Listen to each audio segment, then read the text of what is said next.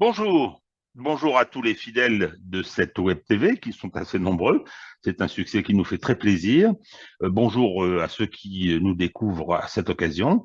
On leur dit des bienvenus sur cet outil de réinformation qui essaye, dans un contexte assez difficile, de donner à comprendre, de donner à voir des choses différentes de celles qu'on a sur les médias officiels, hein, sur ceux qui emploient les experts de plateau qui, malheureusement, plutôt que de rester objectifs, ont cédé à leur propagande avec cette particularité, c'est qu'ils finissent par y croire à cette propagande à base d'effondrement de l'armée russe, à base d'autres vaticinations qui, malheureusement, sont extrêmement distinctes de la réalité. Alors, première information que je voulais donner, nous ne faisons pas aujourd'hui une vidéo classique, je dirais notre vidéo hebdomadaire avec Sylvain Ferreira, pour une tout à fait bonne raison, c'est qu'il a été interviewé assez longuement par la web TV TV Liberté. Cette vidéo, cette interview sera diffusée demain. Nous allons la relayer. Je vous invite bien évidemment à la regarder. Hein. Il va faire un peu la synthèse de la situation et peut-être un travail prospectif pour essayer d'imaginer et ce qui va se passer dans les semaines et les mois qui viennent. Alors, ça, c'est la première information. La deuxième, c'est que en début de semaine, je vais faire un entretien avec Jean-Robert Raviot, qui est un universitaire euh, spécialisé sur le monde russe, et je l'interrogerai sur la question du fonctionnement des institutions russes, du fonctionnement du pouvoir. On nous raconte que Poutine est un dictateur, que c'est une autocratie, et une dictature féroce, nous dit-on. Qu'en est-il en réalité? Qu'en est-il en réalité? Comment est-ce que ça fonctionne? Quelles sont les institutions? Et qu'est-ce qu'on peut imaginer qu'il va là aussi, un peu de prospective, qu'il va là aussi se produire? À la fin de cette vidéo, je vous inviterai également à regarder, nous allons la publier aussi aujourd'hui, celle qui a été enregistrée par Scott Ritter. Scott Ritter est un militaire américain, ancien agent de la CIA, qui a eu des responsabilités très importantes et qui jette un regard objectif et très critique sur ce qui se passe actuellement en Ukraine. Donc, vraiment, je pense que c'est assez intéressant. Elle est courte, hein, vous allez voir, elle est très courte, hein, mais vous allez voir, elle est assez, en plus, non seulement elle casse une forme de narratif que malheureusement on a beaucoup trop en France, hein, et puis elle est un petit peu amusante.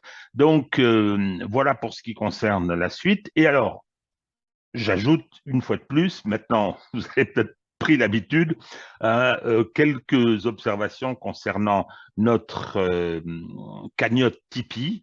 Hein. Je recommence par remercier tous ceux qui sont intervenus, tous ceux qui ont participé. Hein. Je m'efforce de répondre aux uns et aux autres. S'il y a déjà un certain nombre de dialogues qui se sont noués, je trouve ça très très bien. Et je rappelle une fois de plus, hein, que cette contribution est destinée à nous permettre d'améliorer techniquement le travail que nous faisons et dont nous pensons qu'il est tout à fait indispensable. Hein.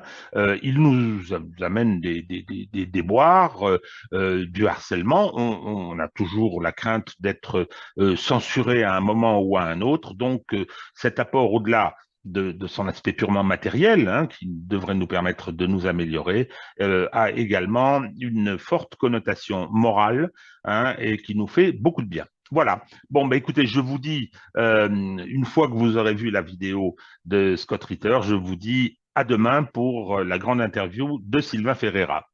Au revoir.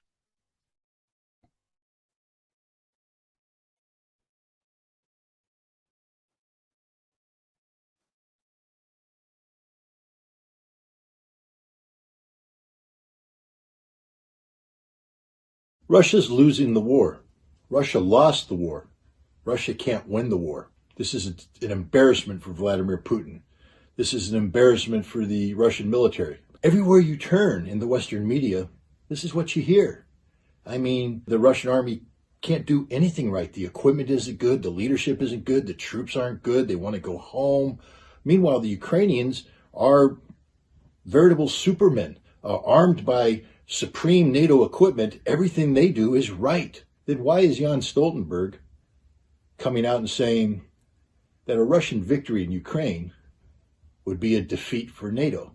First of all, I didn't know that NATO had officially taken a stance on this conflict. I know they're providing equipment to the Ukrainians, but is NATO indeed invested in the outcome, so much so that it becomes an existential conflict for NATO, where a Russian victory spells a NATO defeat? That's what the Secretary General of NATO just said. Why would he say that if Russia is losing? Why bring it up? Because Russia's not losing. Russia's winning.